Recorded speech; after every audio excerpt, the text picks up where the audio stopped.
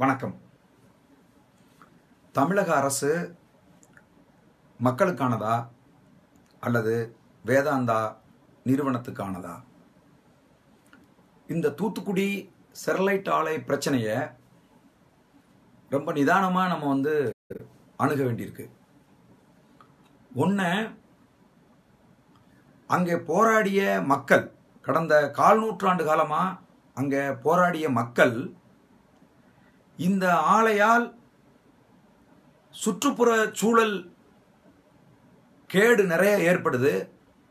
இந்த ஆலை வெளியேற்றுகிற வேதிப்பொருட்களால் அந்த சுற்றுப்புறத்தில் வாழுகிற மக்களுக்கு கடுமையான நோய்கள் ஏற்படுகிறது. குடிக்கிற தண்ணியில் துத்தநாகம் கலந்திருக்கு. வயல்வெளிகளில் தாமிர கழிவுகள் கலந்து விவசாயம் செய்ய முடியல அப்படிங்கிற குற்றச்சாட்டுகளை கடந்த 1/4 நூற்றாண்டு காலமாக முன் வச்சுக்கிட்டே இருக்காங்க. ஆனால் நம்முடைய தமிழக அரசு, அது ஜெயலலிதா ஆண்ட போது இருந்த அரசாக இருந்தாலும் சரி, கலைஞர் கருணாநிதி அவர்கள் முதலமைச்சராக இருந்து ஐயா ஸ்டாலின் அவர்கள் துணை முதல்வராக இருந்த காலகட்டத்திலையும் சரி, இப்போ பன்னீர்செல்வம் ஐயா முதலமைச்சராக இருந்த காலகட்டத்திலையும் சரி, எடப்பாடி பழனிசாமி ஐயா முதல்வராக இருக்கிற காலகட்டத்திலையும் சரி, அது என்னன்னு யாரும் காது கொடுத்து ஒரு வார்த்தை கேட்கல. எதற்காக இந்த மக்கள் தொடர்ந்து குற்றச்சாட்டை முன் வச்சுக்கிட்டு இருக்காங்க அப்படிங்கிறத, இது மக்களுக்கான அரசுகளா இருந்திருந்தா அதை ஆய்வுக்கு உட்படுத்தி, அது மக்கள் சொல்லுவது போல சுற்றுச்சூழலுக்கு கேடு விளைவிக்கிறது அந்த தொழிற்சாலை, மக்களுக்கு பல்வேறு நோய்கள் உருவாகுவதற்கு அந்த தொழிற்சாலை காரணமா இருக்கு அப்படின்னு சொன்னா அந்த தொழிற்சாலையை அப்புறப்படுத்தி இருக்கணும். இன்னைக்கு அந்த மக்கள் தொடர்ந்து போராடிய மக்களை, உண்மையை சொன்ன மக்களை, டேய் நான் என்ன கேட்கிறேன்னா, நீங்க அந்த மக்கள் சொன்னதெல்லாம் பொய்ன்னு நிரூபுறதுக்கு எவனுக்காவது ஒருத்தனுக்கு ஆண்மை இருக்காடா நான் கேட்கிறேன். இந்த மண்ணை இன்னைக்கு ஆண்டுகிட்டு இருக்கக்கூடிய தமிழக அரசுகள் எல்லாரையும் நான் கேட்கிறேன், உங்களுக்கு அந்த மக்கள் சொன்னதுல பொய் இருக்குன்னு சொல்றதுக்கான ஆண்மை இருக்காடா நான் கேட்கிறேன். எடப்பாடி பழனிசாமி உனக்கு இருக்கா நான் கேட்கிறேன். எத்தனை பொம்பளைங்க அங்க மார்பக புற்றுநோயில சாகுற, அது இந்த ஆலையால இல்லைன்னு நிரூபிக்க முடியுமா? ஐயா சரத்குமார் போய் துத்தநாகம் கலந்த தண்ணியை குடிச்சு காட்டினார, அதுல துத்தநாகம் கலக்கலன்னு உன்னால சொல்ல முடியுமா? எடப்பாடி ஐயா பழனிசாமி மக்கு முண்டம் உனக்கு சொல்ல முடியுமா நான் கேட்கிறேன். இன்னைக்கு நீங்க சொல்றீங்க ஆலையை மூடுறேன்னு சொல்றீங்க. ஓகே, அவன் அந்த ஆலையினுடைய ஓனர் அனிர் அகர்வால் என்ன சொல்லியிருக்கான் தெரியுமா? பேப்பர் படிக்கிற பழக்கம் இருக்கா? அவன் என்ன சொல்லியிருக்கான்? ஆண்டு பராமரிப்புக்காக ஆலையை இப்ப மூடி இருக்கிறோம். கோர்ட்டில் உத்தரவு பெற்று நான் ஆலையை துறப்பேன்னு சொல்லியிருக்கிறான். எண்ணத்தனாவிட்டவனுக்கு உனக்கு வெக்கமான சூடு சொன்ன இல்ல? 13 பேர் செத்து போனதுக்கு அப்புறம் அந்த ஆலையை மூடுவேன்னு சொன்னீங்க, அந்த ஆலையை இடிப்பேன்னு ஏன் சொல்ல முடியல? என்னைக்கு அந்த ஆலையை இடிக்கிறீங்களோ அன்னைக்கு தான் நீங்க மக்களுக்கான அரசு. அந்த ஆலை வேண்டான்னு சொல்லிட்டு சும்மா உட்கார்ந்து இருக்கிறதும், அந்த ஆலையை கோர்ட்ல போய் பணத்தை கொடுத்து திரும்ப அந்த ஆலையை தமிழ்நாட்டில் துறக்கிறதும், எடப்பாடி பழனிசாமி ஐயா நீங்க முதலமைச்சரா இருக்கீங்களே, உங்களுக்கு வெக்கமா இல்ல? வேண்டான்னு சொன்னா இடிக்கணும், ஏன் இடிக்கல? இது யாருக்கு கண்ணாம்பூச்சி? யாருக்காக கொன்னீங்க? நீங்க எல்லாம் கையூட்டு வாங்கிருக்கீங்க, கோடியா அந்த அனில் அகர்வால்கிட்ட பிச்சை எடுத்திருக்கீங்க. அந்த பிச்சை எடுத்ததுனாலதான் ஒரு நாடகம் ஆடி இருக்கீங்க. யார வச்சு? 6 மாசங்களுக்கு மேல ட்ரெயின் பண்ணி திட்டம் போட்டு எவன்லாம் நல்ல குறிபார்த்து சுடுவானோ அவனெல்லாம் கொண்டு வந்து எத்திக்ஸுக்கு எதிரா, ஒரு காவல்துறை எப்படி நடந்துக்கணுமோ அப்படி அதற்கு எதிரா அங்க துப்பாக்கி சூடு நடத்தி, அதனால ஒரு டிராமா போட்டு அனில் அகர்வாலோட நெஞ்சம் குளிர அவங்கிட்ட நல்ல பேர் வாங்குறது மாதிரி அந்த ஆலையை மூடுறேன்னு சொல்லி ஒரு டிராமா போடுறீங்க. அவன் 6 மாசம் கழிச்சு திரும்ப அந்த ஆலையை தொடங்குவான். அவன் சொல்றான், அந்த ஆலையை நான் ஆண்டு பராமரிப்புக்காக நான் மூடி இருக்கிறேன், உள்ள மராமத்து வேலைகள் நிறைய இருக்கு, அந்த வேலைகளை நான் செய்ய போறேன்னு தினத்தந்தியில பேட்டி கொடுத்திருக்கானே எடப்பாடி பழனிசாமி ஐயா. நீங்க என்ன செஞ்சிருக்கணும்? ஏய் அனில் அகர்வால், மரியாதையை நான் இடிக்க போறேன், என்ன 10 நாளில உன் கம்பெனியை தூக்கிட்டு ஓடிப்போடு அப்படின்னு சொல்லியிருக்கணும். நீங்க எப்படா நீ ஆண்டு பராமரிப்புன்னு சொல்லலாம்? என் மக்கள் கொல்லப்பட்டிருக்காங்க, செத்துருக்காங்க, உயிரை கொடுத்து போராடி இருக்காங்க, நான் இழுத்து மூடுறேன் உன் ஆளே அப்படின்னு சொல்லி அந்த ஆளைய சரத்பவார் அப்புறப்படுத்தினது மாதிரி அப்புறப்படுத்தி இருக்கணும். நீங்க அப்புறப்படுத்தலைன்னா பிரச்சனை இல்ல, மக்கள் அப்புறப்படுத்துவாங்க. இங்க உட்காந்துக்கிட்டு சட்டம் பேசினவன்லாம் இப்ப எங்க போனானே தெரியல. இப்படித்தான் ஒருத்தர் வந்தாரு, சிஸ்டம் என்ஜினியர் ஐயா ரஜினிகாந்த். அவர் வந்து சொன்னாரு, என்னை வந்து அடிச்சு போட்டான். ஐபிஎல் இந்த காவிரி மேலாண்மை பிரச்சனை போயிட்டு இருக்கும் போது இங்க ஐபிஎல் வேண்டான்னு நாங்க வந்து போராட்டம் நடத்தின போது மிருகத்தனமாக சுத்தி நின்று காவல்துறையினர் என்னை தாக்கினார்கள். அப்படி தாக்கும் போது அடுத்த நாள் அந்த தாக்குதலை கண்டிக்கிறதுக்கு பதிலா அப்படி தாக்கியதின் விளைவா தம்பிங்க போலீஸ்காரங்களை பிடிச்சி தள்ளி அவங்கள சில பேர் வந்து குத்திட்டான். அதுக்கு கண்டனம் தெரிவிச்சு சிஸ்டம் என்ஜினியர் ரஜினிகாந்த் அவர்கள் என்ன சொன்னாங்க, காக்கி சட்டை அடிக்கிறது தான் உலகத்திலேயே பெரிய வன்முறையினர். ஏண்டா புடுங்கி, இன்னைக்கு 13 பேரை சுட்டு கொண்டிருக்கானே அந்த காக்கி சட்டை, எந்த எத்திக்ஸ்ல சுட்டு கொன்னா? நீ கேட்டியா? எதிர்த்து அறிக்கை விட்டியா? சோறு தமிழக மக்கள் போடுற காசு தானடா உன் வம்சமே திங்குது. நீ எல்லாம் பெரிய கோடீஸ்வரனா? பிச்ச காசு கையில இல்லாம சோத்துக்கு வழியில் இல்லாம மெட்ராஸ்ல வந்து கடந்து வந்தனடா நீ. இன்னைக்கு வந்து தமிழக மக்களுடைய உழைப்பை சுரண்டி திங்கிறவன் 13 பேரை சுட்டு கொண்ட போது என்ன சொல்லுவாங்க? காவல்துறையை கண்டிச்சியா நீ? நான் கேட்கிறேன், ரொம்ப மரியாதையோட நேர்மையோட கேட்கிறேன். நேர்மை எதுவும் இல்லை உனக்கு? நேர்மை உள்ள ஆளா இருந்திருந்தா அன்னைக்கு காவல்துறையில தொடர்றத கையை வைக்கிறதாண்டா உயர்ந்த வன்முறைன்னு சொன்ன நீ 13 பேரை சுட்டு கொண்ட போது என்னடா சொன்ன? நான் கேட்கிறேன். ஐயா மு.க. ஸ்டாலின் அவர்களையும் நான் வந்து கேட்கிறேன், இந்த நாடக போராட்டங்கள் எல்லாம் நிறுத்துங்க. இந்த வேதாந்தா நிறுவனத்தினுடைய ஸ்டெர்லைட் ஆலை தமிழ்நாட்டை விட்டு போகணும்னா என்ன போராட்டம் நடத்தணும்? அந்த போராட்டத்தை கையில் எடுங்க. நீங்க சாதாரணமான ஆள் கிடையாது. இன்னைக்கு கிட்டத்தட்ட 80க்கும் மேற்பட்ட எம்எல்ஏக்களை வச்சுக்கிட்டு ஒரு பொட்டத்தனமான போராட்டங்கள் நடத்திட்டு இருக்கிறத நிறுத்துங்க. உங்களால் நீங்க நினைச்ச அந்த தமிழக அரசை சுக்கா போக வைக்கலாம். எடப்பாடி பழனிசாமியை சாதாரண பழனிசாமி ஆக்கலாம், வீட்டுக்கு ஓட வைக்கலாம்.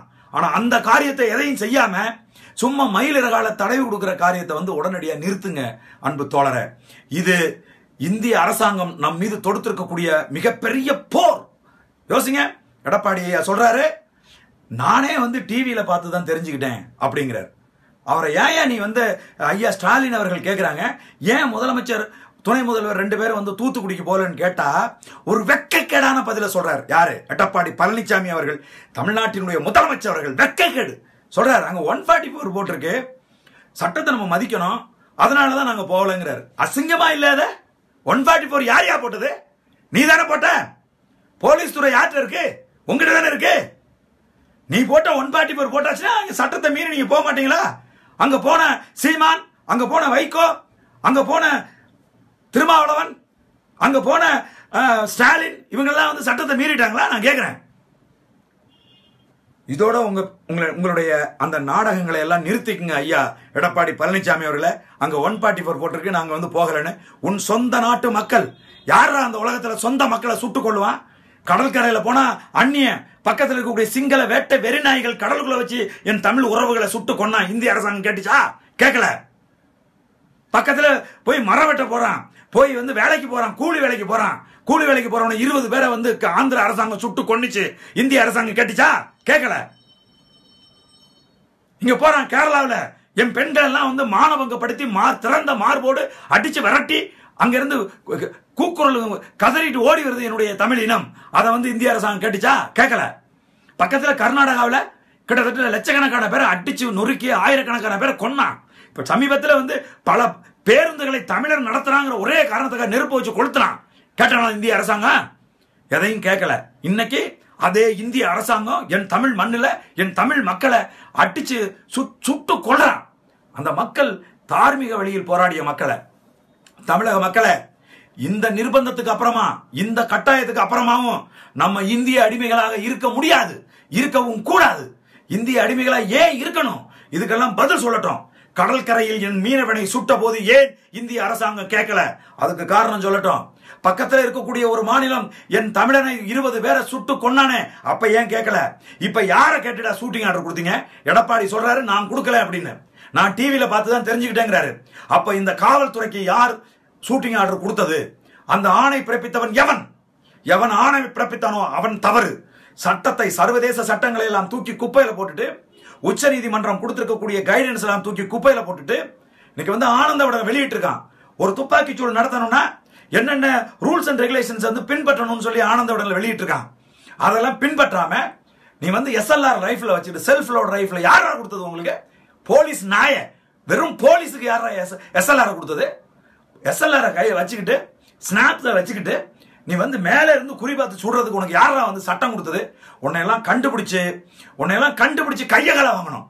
புரியுதா? நீங்க எல்லாம் தப்பு செய்றீங்க, நீங்க எல்லாம் பிழை செய்றீங்க.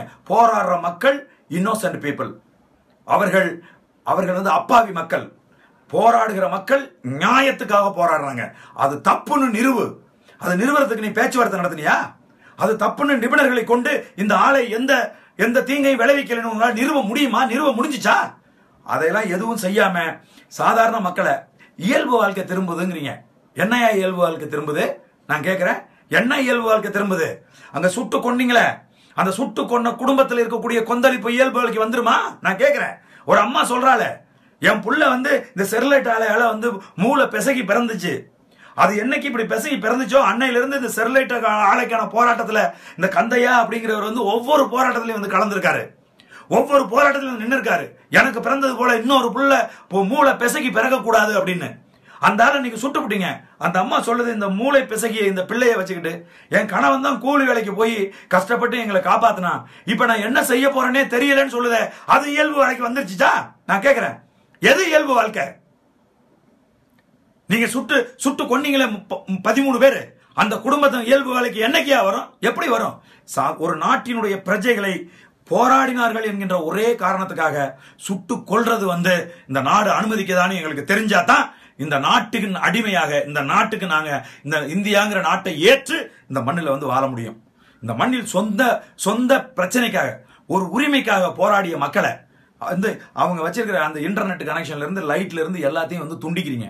வீடு பூந்து போய் அவங்களை அடிக்கிறதுக்கு நீங்க யாரு? மருத்துவமனைகளை பூந்து போய் அடிக்கிறீங்க. மருத்துவமனைகளை ஓடி ஒளியறவனெல்லாம் உள்ள போய் பூந்து அடிக்கிறதுக்கு நீங்க யாரா? நீங்க, நான் கேட்கிறேன், நீ எல்லாம் தமிழன் இல்ல? தமிழனுக்கு தமிழச்சிக்கும் பிறந்தவன் இல்ல? இங்க இருக்கக்கூடிய போலீஸ்காரன்லாம் தமிழச்சி மாறுல பால் குடிக்கல, வெக்க கடல்ல, அசிங்க இல்ல? தமிழ் பிள்ளைகளை இப்படி போய் அடிக்கிறமே, அவனுக்கு என்ன தப்பு பண்ணானுங்க அப்படின்னு. ஏண்டா போலீஸ்ல புது ரத்தம் ஆடாது? உன் உடம்புல ஓடுறது தமிழ் ரத்தம் தானடா. நீ தமிழனுக்கும் தமிழச்சிக்கும் பிறந்தவனா இருந்தேன்னா சிந்திக்க மாட்டேன். சின்ன சின்ன பிள்ளைங்களை போட்டு சுத்தி நின்று அடிக்கிறீங்களா? வேட்ட வெறி நாய், வெறி முடிச்சவனுங்களா, வெக்கம் கேட்டவனுங்களா? நாளைக்கு எல்லாம் நீங்க ரிட்டையர்ட் ஆக மாட்டேன். 10 பைசாவுக்கு சொசைட்டில மதிக்க மாட்டான். நீ எல்லாம் ரிட்டையர்ட் ஆனா என்ன? நிரந்தரமா போலீஸ் இருக்க போறது இல்ல. அரசாங்கம் என்ன தெரியுமா செய்யும்? நாயை விட கேவலமா, நாயை விட 3ஆம் தரமா நிறுத்தும். உனக்கெல்லாம் அதுவும் புதுசா சேர்ந்த நாய்க்கெல்லாம் பென்ஷன் கூட கிடையாது, புதுசா சேர்ந்தவங்களுக்கெல்லாம். நல்லா யோசிச்சுக்க. இது வந்து மக்கள் உரிமைக்காக போராடுறாங்க. அவங்க போடுற பிச்சை காசுல தானே நீ சம்பளம் வாங்குறீங்க. உன் பொண்டாட்டிக்கும் பிள்ளைக்கும் நீ சோறு போடுற காசு வந்து இந்த மக்கள் போடுற பிச்சை காசு, இந்த மக்களுடைய வரிப்பணம். இந்த மக்களுடைய வரிப்பணத்தை வாங்கி திங்கிறோம்னு ஒரு நாள் யோசி. மல்லாக்க படுத்துக்கிட்டு திங்க் பண்ணு. சம்பளம் எங்க இருந்து வருது? அரசாங்கம் எங்க இருந்து கொடுக்குது? இந்த மக்களோட உழைப்பை, சாதாரண மக்களுடைய, கடைசி மனிதனுடைய உழைப்பை தான் வரிப்பணம் எடுத்து உனக்கு வந்து கொடுக்குது. அதுல நம்ம இன்னைக்கு சொல்லியிருக்காரு, நம்ம இல கணேசன் ஐயா வந்து சொல்லியிருக்காராம், சத்யன் டிவிக்காரன் போட்டுட்டு இருக்கான், தூத்துக்குடியில் நடந்த துப்பாக்கி சூட்டை கொச்சைப்படுத்தாதீர்கள். இல கணேசன் ஐயா, நீங்க எல்லாம் உயிரோடு இருக்கணும். இங்க இருக்கிற பாப்பார பசங்க எல்லாம் கொண்டாடுறானுங்க. இதெல்லாம் நல்லதுக்கு கிடையாது. என்ன துப்பாக்கி சூட்டை வந்து சொந்த நாட்டு மக்களை சுட்டு கொண்டதுல என்னடா மரியாதை இருக்கு? இல கணேசா, என்ன மரியாதை இருக்கு? சொந்த நாட்டு மக்களை சுட்டுக் கொள்றதுதான் உங்களுடைய நிர்வாகமா? போராடுற மக்களை சுட்டுக் கொள்றதுதான் உங்க நிர்வாகமா? நான் கேட்கிறேன். ஐயா பெருமதிப்புக்குரிய இல கணேசன் அவர்களை, சொந்த நாட்டு மக்களை, போராடுறவங்களை சுட்டுக் கொள்றதுதான் உங்களுடைய நியாயமா? உங்களுடைய சட்டமா? உங்களுடைய ஆட்சியா? உங்களுடைய அதிகாரமா? வெக்கமா இல்ல? இப்படி சொல்றதுக்கு உங்களுக்கு வெக்கமா இல்ல? மக்கள் பக்கம் நிக்கணும். மக்கள் இல்லாம என்ன மயிரப்படுங்கிற நாடா நாடு? மக்களை சுட்டு கொண்டுட்டு ஏண்டா உரிமை கேட்க கூடாதா? நான் கேட்கிறேன். அரசாங்கம் அப்படின்னு ஓட்டு போட்டு தேர்ந்தெடுத்தாச்சுன்னா அரசாங்கம் வச்சதெல்லாம் சட்டமா? ஓட்டு போடுறதுக்கு மட்டும்தான் இங்க இருக்கக்கூடிய மக்களுக்கு உரிமையா? அதுதான் ஜனநாயகமா? அதுதான் மக்களாட்சியா? எந்த ஊர்லடா நீங்க எல்லாம் படிச்சுட்டு இருந்தீங்க மக்களாட்சியை பத்தி, மக்களாட்சி தத்துவத்தை? ஆலைக்காக வேண்டி இன்னைக்கு ஆண்டு கொண்டிருக்கக்கூடிய மோடி அரசு ஒரு ஆலை நிறுவனத்தை காப்பாற்றணுங்கிறதுக்காக சொந்த நாட்டு மக்களை சுட்டு கொன்னீங்கிற அவமானமும் கேவலமும் வரலாற்றில் என்றைக்கும் படிஞ்சு நிற்கும். அந்த ஆலை ஏன் குஜராத்தில் விரட்டினா வேணான்னு, ஏன் மகாராஷ்டிரத்தில் விரட்டினா, ஏன் இந்தியாவில் பல மாநிலங்களுக்குள்ள நுழையக்கூடாதுன்னு ஏன் சொன்னா இல கணேசன்? உங்களுக்கு தெரியாது? நீங்க எல்லாம் மூத்த அரசியல்வாதி, நீங்க எல்லாம் RSS பயிற்சி பற்றில இருந்து வந்த ஆளுங்க, அதனாலதான் அப்படி பேசுறீங்க. உங்க மூளையெல்லாம் அதனாலதான் அப்படி யோசிக்குது. என்னைக்கு RSS காரனுங்க மக்களை பத்தி யோசிச்சிருக்கானுங்க? மக்களை பத்தி யோசிச்சிருந்தேன்னா அந்த போராட்ட களத்துல இல கணேசன், என்ன தமிழிசை சவுந்தரராஜன், பொன்னார் போன்றவர்கள் எல்லாம் அந்த களத்துல நின்று இருக்கணும். எங்க ஓடி ஒளிஞ்சீங்க? நான் கேட்கிறேன். பொன் ராதாகிருஷ்ணன் ஐயா எங்க ஓடுனீங்க? நீங்க உங்க பகுதியில் தானே அந்த போராட்டம் நடந்துட்டு இருக்கு. போய் என்ன பிரச்சனை இன்னைக்கு வரைக்கும் உங்களால கேட்க முடிஞ்சதா? நிறுத்துறா, எல்லாத்தையும் நிறுத்துறா. ஏண்டா அந்த ஆலை, இந்த ஆலையினுடைய பாதகம் என்ன சாதகம் என்ன அப்படின்னு ஏன் பேச முடியல? எதை பேசினாலும் கார்பரேட்டுக்கு தான் பேசுவீங்களா? நான் கேட்கிறேன். மோடி அரசு எதை பேசினாலும் பாரதிய ஜனதா கட்சி கார்பரேட்டுக்கு சாதகமா தான் பேசுமா? நான் கேட்கிறேன்.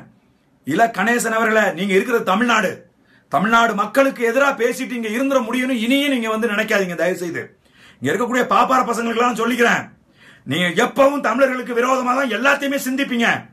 இன்னைக்கு அடுத்த தலைமுறை வேற மாதிரி யோசிச்சுட்டு வந்துட்டு இருக்கு. உங்களை எல்லாருக்கும் ஒட்டுமொத்தமா மிகப்பெரிய பாதகத்தை ஏற்படுத்துகிற செயலை நீங்க இனி செய்யாதீங்க. தமிழர்களுடைய உணவை மதிங்க. ஸ்டெர்லைட்ல 13 பேரை சுட்டு கொன்னது அநியாயம், அது நடக்கவே கூடாது. இது மனித பயங்கரவாதம்.